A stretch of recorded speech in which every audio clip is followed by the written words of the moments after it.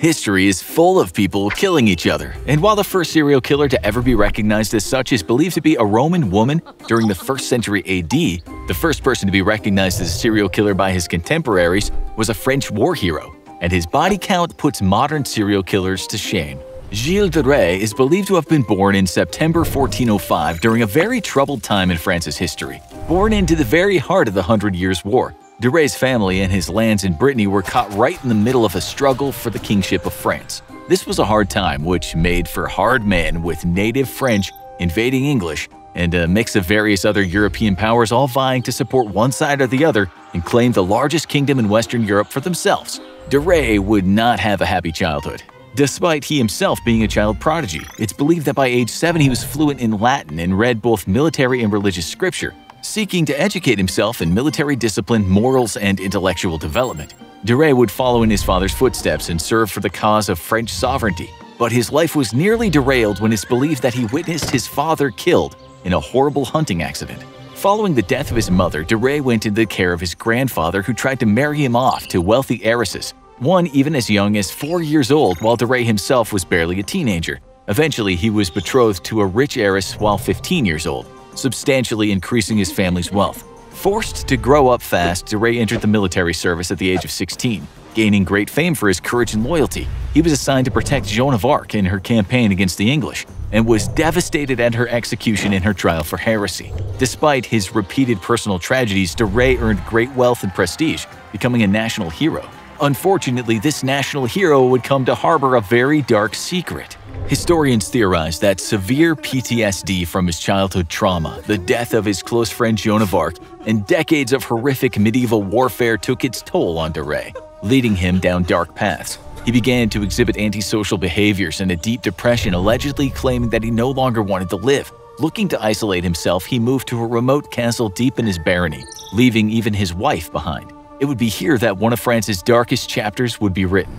De Rais had seemingly become obsessed with his own salvation and constructed a massive cathedral, the Chapel of the Holy Innocents. In biblical scripture, only children and mentally handicapped individuals are considered innocent, which would lead a particularly dark intonation to de Rais' private chapel. Right about this time, children began to go missing from the land surrounding de Rais' properties. At the time, it wasn't uncommon for nobles to simply take the children of peasants to raise them as their personal pages or assistants. Particularly lucky children might even be made into squires, giving them a shot at a slightly better life than normal. Yeah, next time you see someone making a big deal out of England's royal family, kindly remind them that these are the same people who could simply take a child from their parents' arms if they wished, and the parent would never expect to see or hear from them again.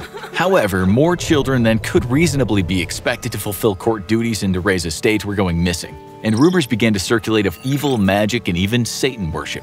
Having financed a luxurious cathedral and put on an extremely costly play based on the Siege of Orleans, which was lifted by his good friend Joan of Arc, de Rais was running into serious financial difficulties. He began to sell off property in order to continue funding his extravagant lifestyle. But in 1438, he turned to alchemy, hoping it could fix his financial woes. Growing even more obsessed with the occult, he also began to seek out witches and sorcerers, even experimenting with the summoning of demons straight from the pit of hell itself. Over the course of 8 years, hundreds went missing from Brittany, eventually most of them being blamed on de Rais himself. It was said he would host elaborate and lavish parties in his castle, then lead his guests to private rooms where he would hang them from the ceiling by their necks, then slice their throats open with a knife. His appetite for violence and sadism seemingly knew no bounds, and he unleashed all his fury on the young people of Brittany.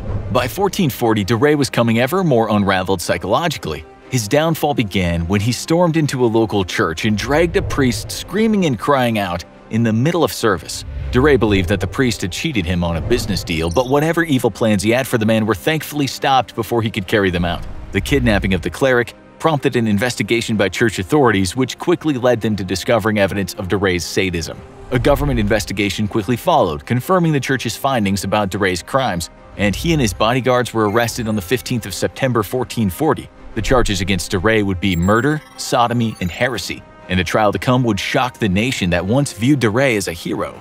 Dozens of local parents testified before the court that their children had last been seen in the hands of de Rais' servants or going to his castle to beg for food before disappearing. A furrier testified that his young apprentice had been asked to go on a favor on behalf of 2 of de Rais' men, only to have the men later say they hadn't seen the boy and that he'd likely been kidnapped by thieves to be turned into a page. Even DeRay's former associates, some of who were involved in the grisly acts of violence, testified against him, shocking the witnesses and court officials. The testimony of what took place in DeRay's castle was so gruesome and lurid that the judges presiding over the case ordered most graphic pieces to be struck from the record, leaving us today with only a small picture of what really took place. Eventually, DeRay himself confessed to the crimes. For weeks, he had been adamant of his innocence, but in a sudden reversal, he confessed the deeds and asked for forgiveness. The court canceled a promised torture session after he confessed, and DeRay was found guilty by ecclesiastic court. Turned over to a secular court, DeRay was once more found guilty thanks to the testimony of two of his close confidants and bodyguards. All three men were sentenced to death by burning and hanging simultaneously, a punishment reserved for only the most vile of criminals. And on Wednesday, October 26th, DeRay and his two bodyguards were led to the gallows.